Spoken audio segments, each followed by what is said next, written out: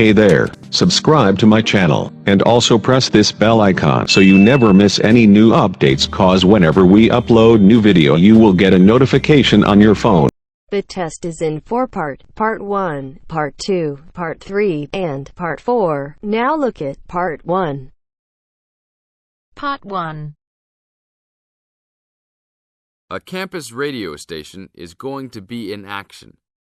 An interviewer is interviewing a man from the university for the survey. Listen to the conversation between them and circle the best answer from A, B, or C for questions 1 to 4. You now have some time to read questions 1 to 4.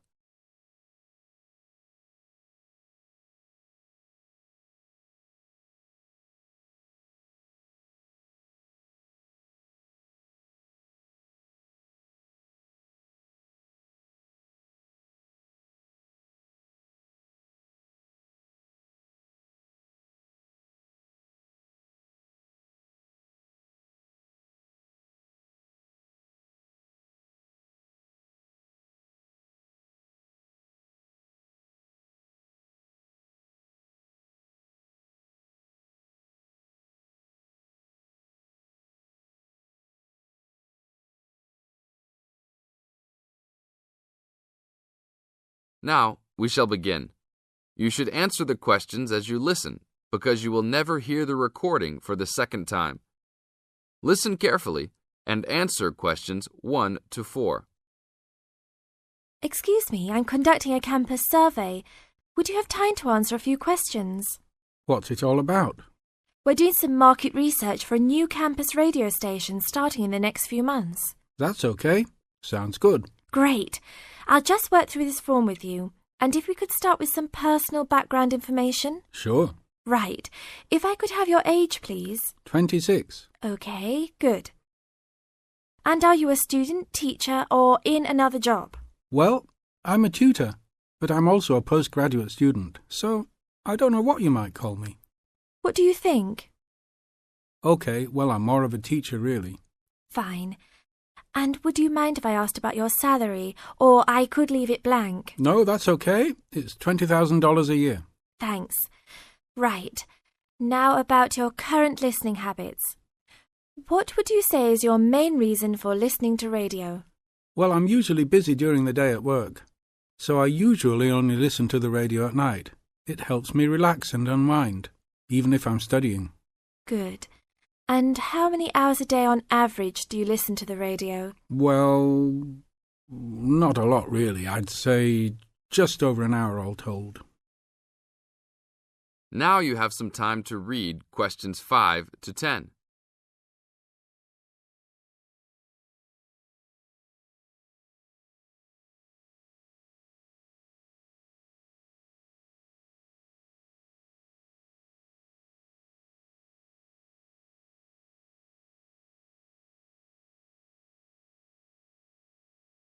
Now listen to the second part of the interview and answer questions 5 to 10. So, what are the 2 main times of the day that you listen to the radio? Well, for a little while around breakfast time, and then it tends to be later, after dinner, when I've finished any serious work I need to do. And what sort of radio programs do you like? I like the news, but I also like classical music. It helps me to relax. Fine. And turning to the new campus station, which type of programs would you prefer? I think the existing radio stations cater for my need for news. So I'd like to see programs about local information, providing a service to the campus community. And in the same vein, perhaps more for academic viewers, some lectures or relevant programs. Oh, I see. And if you had to give the new director some specific advice when they set up the station, what would you tell them? I think I'd advise them to be careful about the quality of the broadcasts. The sound system. There are a lot of radio stations and people can change their loyalty quickly if it doesn't meet their needs. I think they should do more of these kinds of interview too, talking with existing and potential customers. Oh, I'm pleased you think it's useful. Certainly, yeah. Good. Now, this station will not be fully funded by the university. So how often do you think it is tolerable to have adverts? I think, well, out of that list I'd say every quarter of an hour. Of course, that's providing they don't last for 10 minutes each time. Oh, quite. And are you interested in attending any of the special promotions for the new station? Yes, I'd be happy to, as long as they're held on the campus or nearby. OK, I'll note that down. And finally, may we put you on our mailing list? Well, I prefer not, except for the information about the promotions you just mentioned. OK. Can I have your name and address? Of course. I have a card I can give you. Oh, great. And thanks a lot for your time, and we look forward to seeing you. Yeah, sure. Thanks. That is the end of part 1. You now have half a minute to check your answers.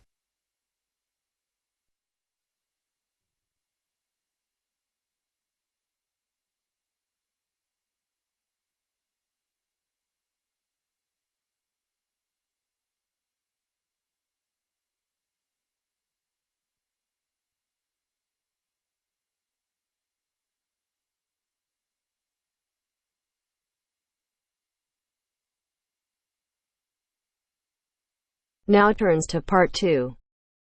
Part 2. You will hear part of a talk about attending a science festival. First, you have some time to look at questions 11 to 16.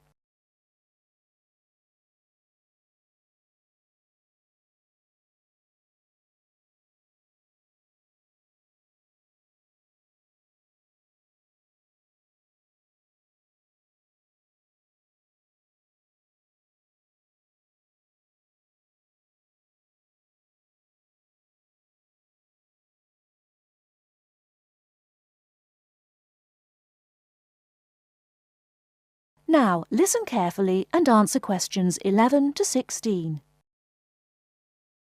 Now, I think nearly all of you have received confirmation of your school placements for next term, and as part of your activities, we will be asking you to take responsibility for promoting a school visit to the Norchester Science Festival.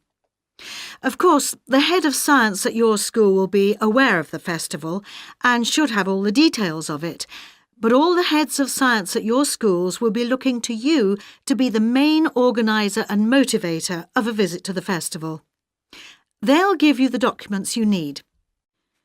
We hope that you will motivate pupils at your schools to take an interest in the festival. It runs for 3 days. There are day tickets and special 3-day tickets, and schools have the extra option of a 2-day ticket. We hope you will encourage your pupils to visit it on 1 or 2 days. But most important of all, we hope you will use the festival to generate a lively interest in science that will last all year round and provide the school with a lasting benefit. This will, with luck, lead to improved examination results in science subjects. And let's not forget, we hope your pupils will have a lot of fun too. Needless to say, your performance in achieving these aims will count towards your final exam grade at the end of the year. Now, let me just say a few words on why a science festival. Science is part of our everyday world in a way that is different now from before. Of course, we are used to having the benefit of scientific inventions. We are used to the aeroplane, the motor car, the space rocket, and so on. But now we live in a truly scientific age, which means one where inventions and improvements are matters of routine rather than occasional and unusual events. We have become a really scientific society. Yet we find that we are failing to interest and enthuse the young in this. Fewer young people are choosing to study science at school after the age of 16, and even fewer at university.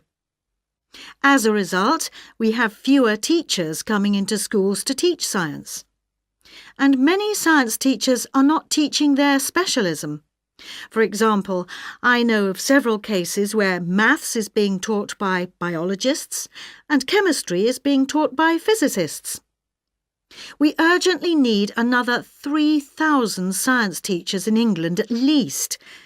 That's why we look to you, the science teachers who are starting off your careers, to inject enthusiasm and wonder into the study of science, and we hope the Norchester Festival will help you to do this.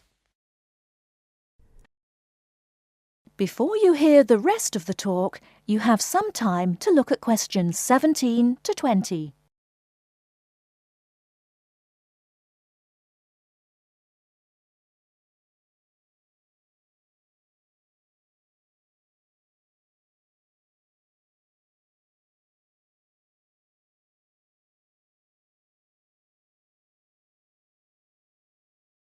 Now listen and answer questions 17 to 20. Now, enough of the background. What about the festival? There are 3 main venues where the festival events take place. These are the Millennium Library, the Town Hall, not the Town Hall itself but the Town Hall Conference Centre, and the Norchester Theatre. Now, when you are planning your visits, remember that many of the activities for younger pupils will be at the Millennium Library, and the secondary school pupils may find more to interest them in the Conference Centre. Now, just so that you have some immediate information, I'd like to mention a few of the events that are taking place this year. One event of special interest to people living in this area is called Waterworld. This is a clay model of the southeast of England, and the presenters show you the effects of rising sea levels as a result of climate change. They ask the audience to select the rise in sea level, for example 20 or 40 or 60 centimetres, and the model shows the places that would be flooded as a result. Watch out for your town. Does it sink or does it swim? Transport 2050 is about transport options for our towns in the future. A number of experts will introduce the topic, and then everyone at the event will have a chance to speak and give their views. Science in a Suitcase is a comedy act by 2 scientists who do crazy experiments and sing songs and play the clown to large audiences every afternoon. I'm particularly looking forward to that one, which should be entertaining. Ropes and Hangings is an interactive event which will be of interest to young people, in which, after experimenting with ropes and bricks, they build a real suspension bridge. That kind of hands-on activity is always really popular. And, appealing to a different audience, there is Paper and Time, in which some experts will be showing us the techniques they use for the conservation of ancient books and manuscripts. This will obviously not be for everybody, but it should be interesting just to see how they do it. Now, let's move on to tickets and transport to the festival. That is the end of part 2. You now have half a minute to check your answers.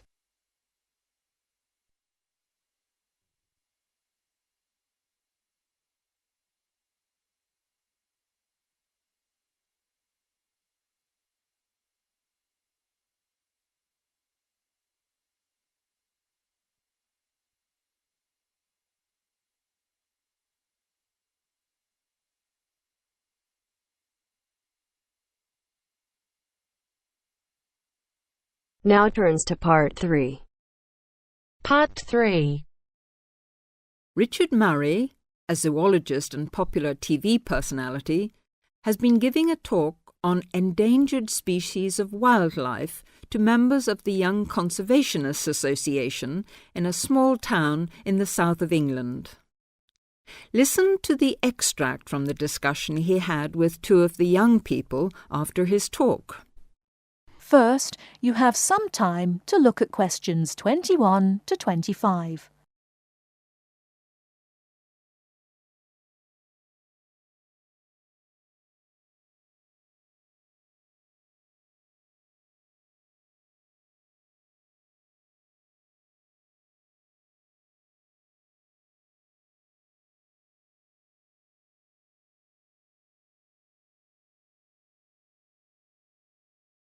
Now listen carefully and answer questions 21 to 25. What would you say, Mr. Murray, are the main reasons that so much of our wildlife will have died out by the end of the next few decades? Well, Tony, we can't of course rule out the effect of urbanisation due to the spread of population. But apart from that, I believe there are two reasons which, in a way, are like the opposite ends of a piece of string. If you tie a knot in that piece of string, you end up with a circle, and whichever way you go round, it's going to turn out to be the same. I don't think I quite get that, Mr. Murray. Well, let's put it another way. It's rather like a film. You've got the good guys and the bad guys. They're pulling in opposite directions, but when it comes to the final showdown, it's hard to make out which is which. What are your two reasons, Mr. Murray? I call them greed and caring. Greed and caring? Yes, I know they don't seem to have much to do with one another, but think about it. The motive of greed is pretty obvious. In the course of the next few months, thousands of baby seals will be bludgeoned to death before they're even weaned from their mothers. What for? For the sale of their skins at inflated prices to please the vanity of a few and line the pockets of the killers. Crocodiles will be slaughtered to provide shoes and handbags for the rich. Gorillas, tigers, leopards and rhinos will be hunted for senseless sport or poached in defiance of regulations. Their skins, their horns, and their magnificent heads will be used as trophies to decorate someone's living room floor or walls. That's terrible. Yes, but it's not all. The whale, probably the most impressive and certainly one of the most intelligent sea mammals in creation, will be cruelly hunted and harpooned to make more money for the profiteers. The dolphin, the sailor's friend, will be indiscriminately battered to death at so much a head on the grounds that it is taking away the livelihood of a few fishermen by consuming the fish in its natural habitat.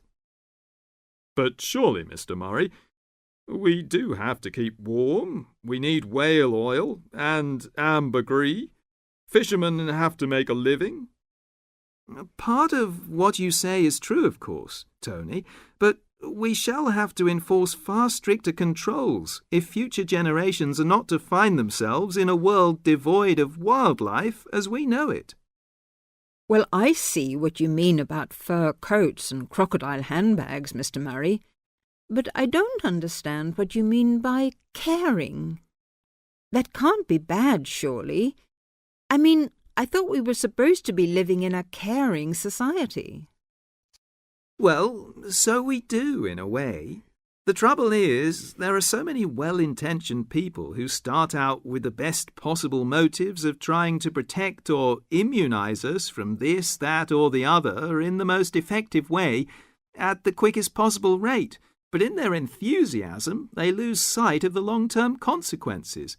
It's only very gradually that the danger to other forms of life, including humans, comes out. Not to say leaks out, and by that time it'll probably be too late to do much about it. Take insecticides, for instance. But Before you hear the rest of the talk, you have some time to look at questions 26 to 30.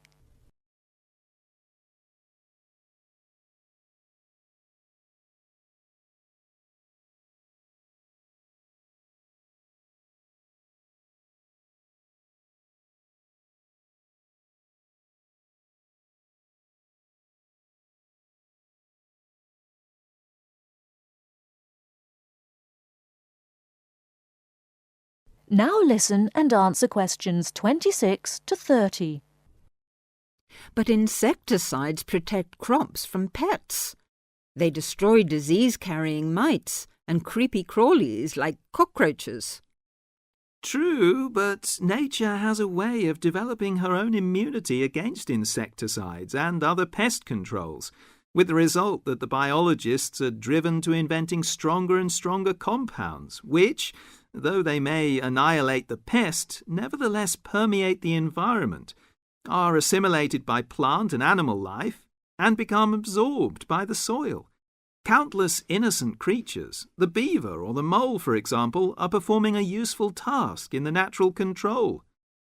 The alarming prospect is that as these poisons enter the foods we eat, and consequently our own systems, they'll find their way into the body of the pregnant mother and into her milk, offering incalculable risks to the unborn or newly born infant. In spite of all our technological expertise, our time is running out. We're virtually destroying ourselves. That is the end of part 3. You now have half a minute to check your answers.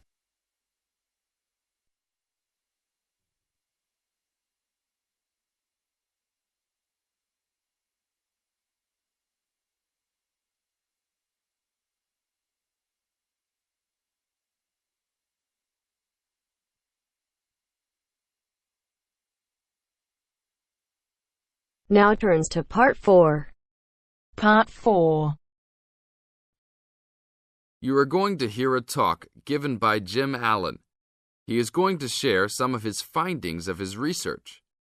Now you have some time to look at questions 31 to 40.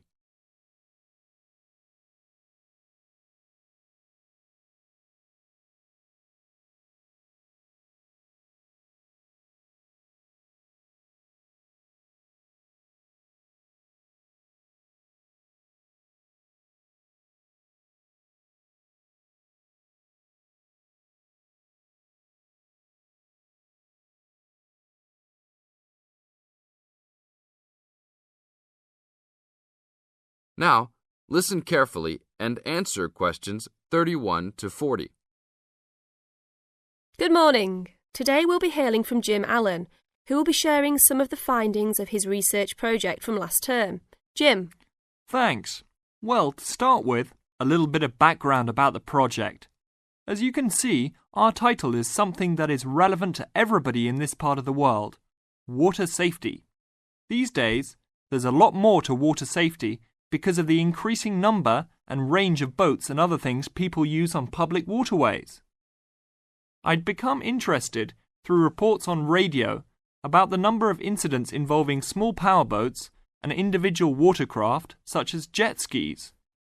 It seemed to me that because these craft were essentially recreational and didn't require licenses to use, there was very little opportunity to influence the users towards being safety conscious. So, I decided to make this the focus of the project. For the research, we mainly relied upon talking to people, asking them questions in preference to using a written questionnaire. We interviewed a wide range of people at a number of popular swimming locations over 2 consecutive weekends and asked them what they'd observed or experienced themselves. The respondents were both male and female, but the men were just slightly in the majority. We were pleased with their willingness to talk about the subject, and all told, interviewed 145 people over the 2 weekends. So, what were the findings? As you can see, 86% of people reported having had some type of problem. A surprisingly large percentage, 27%, commented that they had found it necessary to shout at an offending powerboat, but the main type of problem was the deafening sound that some of the boats made. On occasions, this led to swimmers deciding to move to another location. So what strategies did people adopt to ensure their own comfort and safety? Let's have a look at the figures. First, it was noticeable that there were often distinctly different answers between men and women. It was mainly the women, for example, who said they should try to choose places where boats couldn't go, whereas it was usually the men who said you shouldn't have to move if you were there first, so you should shout at them if necessary. Both men and, it was women who said you should call the authorities if the situation gets too dangerous or the powerboat drivers are acting irresponsibly. Then, I had thought it would be mainly women, but both sexes made the point that above all, it's important to get children away from any possible danger. Men were very aware that jet skis could be unpredictable in inexperienced hands. They also made the point that it's much safer to have your car nearby and clearly visible to any watercraft if you're swimming in a relatively remote spot. Finally, wearing visible clothing, men didn't think it was quite as important as women, but both gave it a high safety rating. When we asked them what they thought the government should do to help solve the problem,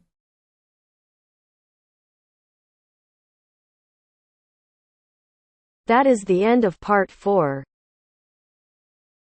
You now have half a minute to check your answers.